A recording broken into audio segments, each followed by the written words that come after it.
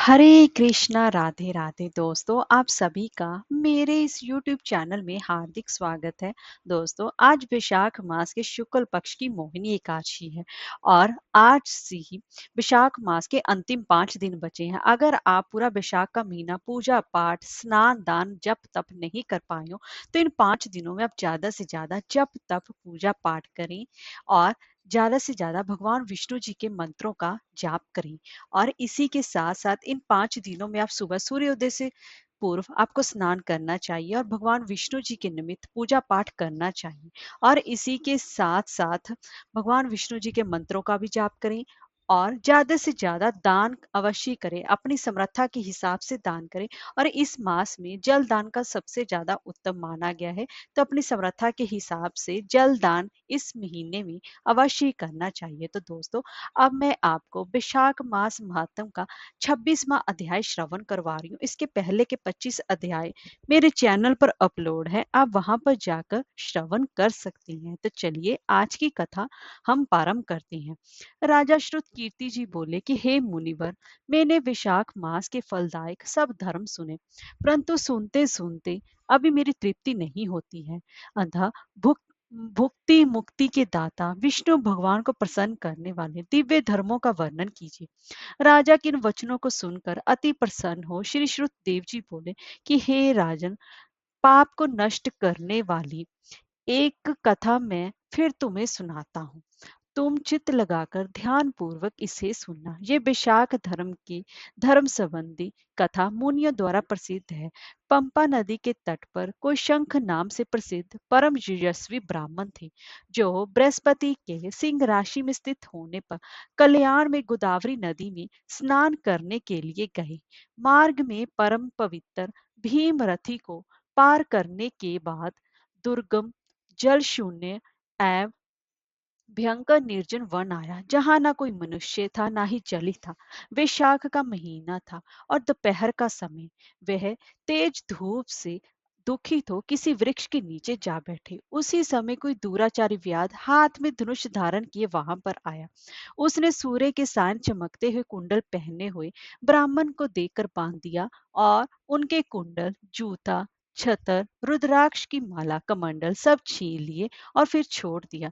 तब वह ब्राह्मण उस दुष्ट से छूटकर नंगे पांव धूप से जलती हुई रेत में चलने लगे।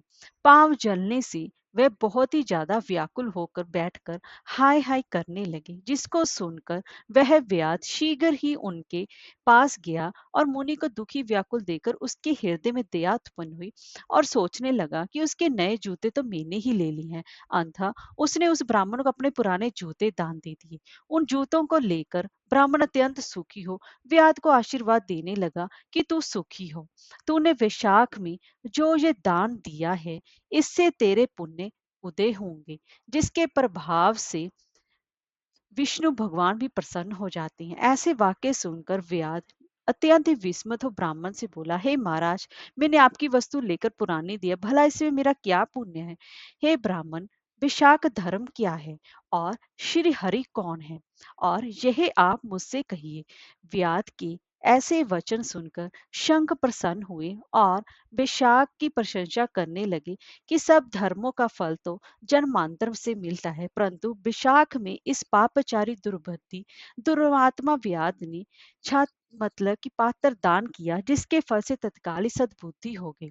और संपूर्ण दान तप बड़े बड़े यज्ञ तथा तीर्थ यात्रा करने से विष्णु भगवान प्रसन्न नहीं होते हैं, परंतु वैशाख युक्त धर्म करने से प्रसन्न होते हैं। इस माधव मास में जो कृत्य थोड़े से धन से सिद्ध होते हैं, वे बहुत खर्च करने अथवा दान या धर्म यज्ञों के करने से भी सिद्ध नहीं होते। इस मास में ताप नाश करने वाली पादुका तुमने मुझे को दी है, जिससे कि भगवान तेरे ऊपर प्रसन्न हो गए और तुझे कल्याण की प्राप्ति होगी। जब मुनीश्वर ऐसा कह रहे थे, उसी समय मृत्यु द्वारा प्रेरित बड़ा बलि सिंह व्याध के वध के लिए अत्यंत क्रोध करते हुए दौड़ता आया। बीच में देव योग से देव कल्पित हाथी को देकर पहले उसको मारने का महान उद्योग करने लगा। उस समय वन में दोनों सिंह और हाथियों का ऐसा संग्राम हुआ कि दोनों ही थककर गिर पड़े और दोनों ही एक दूसरे को देखते हुए पड़े रहे। और इधर जो कथा मुनीश्वर जी ने व्याध को सुनाई, देव योग से उन दोनों ने भी वही कथा सुनी, जिसके सुनने मात्र से उनके शरीर निर्मल हो गए और सब पापों से छूटकर तत्काल पशु योनि त्याग कर स्वर्ग जाने को तैयार हुए। वे दोनों सिर झुकाकर हाथ जोड़े खड़े रहे। फिर धर्मोपदेशक मुनिवर मार्ग में व्याध के निमित्त उन्हें देकर विस्मित हो पूछने लगे कि तुम कौन हो, तुम्हारा जन्म दुष्ट योनि में क्यों हुआ, अकारण ही वन में एक दूसरे को मारने को क्यों उद्युत हुए, तुम्हारी मृत्यु कैसे हुई, हे निष्पापो सब कथा विस्तार पूर्वक मुझसे कहो। मुनि की ऐसे बातें कहकर वे कहने लगे, मतंग मुनि के दंतिल और कोलाहल दो पुत्र हुए, श्राप दोष से उनके ये नाम हुए। इस दिन हमसे हमारे पिता मतंग ऋषि संपूर्ण धर्मों के जानने वाले कहने लगे कि हे मधुसूदन, भगवान के प्रिय मास में विशाख युक्त धर्मों को करो, जिससे कि संसार बंधन की निवृत्ति हो। परंतु दुर्बुद्धि से हमारी समझ में कुछ भी नहीं आया और पिता की वाक्य को सुनकर भी मुझे दंतिल को अत्यंत ही क्रोध आया और कोलाहल मदोमंत हो गया। तब धर्म की लालसा वाले हमारे पिता ने क्रोधित और श्राप दिया कि हे दंतिल, अपने क्रोध के कारण तू सिंह होगा और मदोमंत कोलाहल हाथी होगा। तब हम बहुत दुखी होकर शाप निवृत्ति के लिए प्रार्थना करने लगे।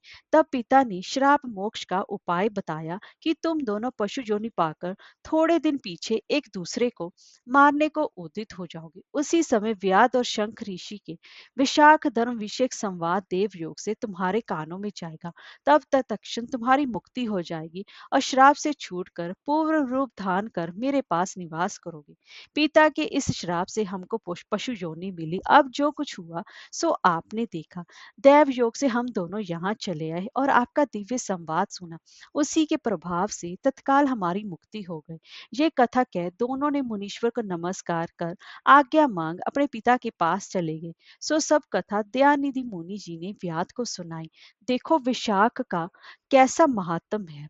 जब मुनि ने इस प्रकार तब कथा कही तब व्याध ऋषि से कृपालु ऋषि से कहने लगा कि मुनि, मैं अत्यंत दुर्बुद्धि एवं पापी हूँ। मेरे ऊपर आपने बड़ी ही कृपा की है, क्योंकि साधु महात्मा स्वभाव से ही दयालु होते हैं। कहाँ मैं नीच कुल में उत्पन्न हुआ व्याध और कहाँ मेरी ऐसी पवित्र बुद्धि। मैं इसे केवल आपका ही उत्तम अनुग्रह मानता हूँ। साधु बाबा, मैं आपका शिष्य हूँ, कृपया पात्र हूँ। साधु पुरुषों का समागम होने पर मनुष्य फिर कभी दुख को नहीं प्राप्त होता। अंत आप मुझे अपने पाप नाशक वचनों द्वारा ऐसा उपदेश दीजिए, जिससे कि संसार बंधन से छूटने की इच्छा रखने वाले मनुष्य अनायास ही भव सागर से पार हो जाते हैं। साधु पुरुषों का चित्त सबके प्रति समान होता है। वे सब प्राणियों के प्रति दयालु होते हैं। उनकी दृष्टि में ना कोई नीच होता है और ना ही कोई ऊंच, ना अपना है ना पराया। मनुष्य संतृप्त होकर जब गुरुजनों से उपाय पूछता है, तब वो उसे संसार बंधन से छुड़ाने वाले ज्ञान का उपदेश करते हैं। जैसे गंगा जी मनुष्यों की पाप का नाश करने वाली है, उसी प्रकार मूढ़ जनों का उद्धार करना साधु पुरुषों का स्वभाव ही माना गया है। व्याध के ये वचन सुनकर ऋषि शंख ने कहा, व्याध, यदि तुम कल्याण चाहते हो तो विशाख मास में भगवान विष्णु को प्रसन्न और संसार समुद्र से पार करने वाले जो दिव्य धर्म बताए गए हैं उनका पालन करो।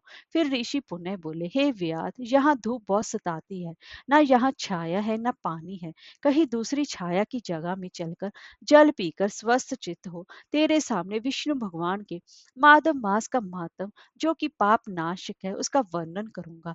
मुनि की ये बात सुनकर व्याध वहां से थोड़ी दूर पर एक निर्मल सरोवर सरोवर पर ले गया, जहां पर जल के जीव बगुला, राजहंस आदि सरोवर में शोभा दे रहे थे, तथा कुमुदनी, कोक नदी और प्रकार के कई कमल शोभा कर रहे थे। भोरे गुजर रहे थे और पक्षी कलरव कर रहे थे। किनारे पर बांस के वृक्ष तथा बड़, कदम, इमली तथा सुगंधि वृक्ष आदि चारों ओर सुशोभित हो रहे थे। वन के हाथी, हिरन, शुकर, सिंह, सुर, गाय, खच्चर आदि विचर रहे थे। बंदर, लंगूर आदि छलांग मार रहे थे। प्रचंड पवन के वेग से वृक्ष झुक रहे थे। मुनि ने उस रमणीक सरोवर में जाकर स्नान किया और वस्त्र धारण कर नित्य कर्म पूजन आदि किया। फिर देव पूजा करने के पश्चात व्याध के लाए श्रमहारी एवं स्वादिष्ट गैथ का फल खाया। मुनि शंख जब खा पीकर सुख पूर्वक विराजमान हुए, उस समय व्याध ने हाथ जोड़कर कहा, मुने, किस कर्म से मेरा तपोमय व्याध कुल में जन्म हुआ और किससे ऐसी सद्बुद्धि तथा महात्मा की संगति प्राप्त हुई। हे प्रभु, यदि आप ठीक समझे तो मैंने जो कुछ पूछा है वह तथा अन्य जानने योग्य बातें भी मुझसे कहिए। इसी तरीके से सभी को इस विशाख मास में सूर्योदय से पूर्व स्नान करना और अपनी समर्था के हिसाब से दान करना चाहिए, जिससे कि भगवान विष्णु जी की कृपा की प्राप्ति हो और पापों का नाश हो और पुण्य की बढ़ोतरी हो। क्योंकि अब अंतिम सिर्फ 5 दिन ही बचे हैं, इसमें ज्यादा से ज्यादा आपको भगवान विष्णु जी के मंत्रों का जाप और यथा संख्या में दान करना चाहिए। हरे कृष्णा, राधे राधे।